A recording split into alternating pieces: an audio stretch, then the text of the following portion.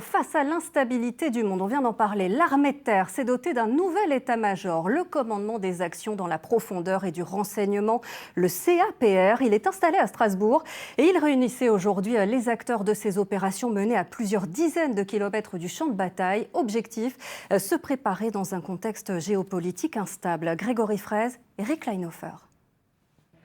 Des unités de renseignement infiltrées, des hélicoptères de combat, des artilleurs armés de missiles longue portée.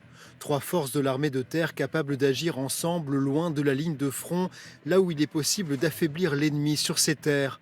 C'est ce que l'on appelle l'action dans la profondeur, opération discrète, brève et brutale.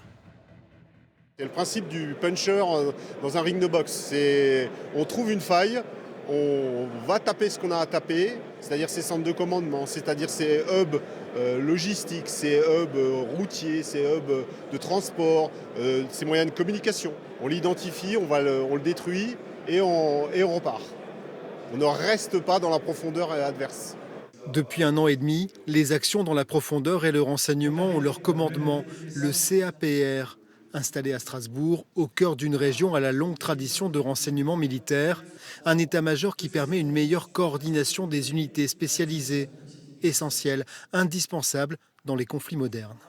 On s'est rendu compte aujourd'hui, à l'aune de ce qui se passe à l'Est, dans le cas du conflit russo-ukrainien, c'est qu'il y avait un vrai enjeu autour de ce qu'on appelle le combat dans la profondeur. Et en fait, la création du CAPR, c'est vraiment la traduction de la bonne prise en compte par l'armée de terre de cet enjeu qui est un enjeu majeur.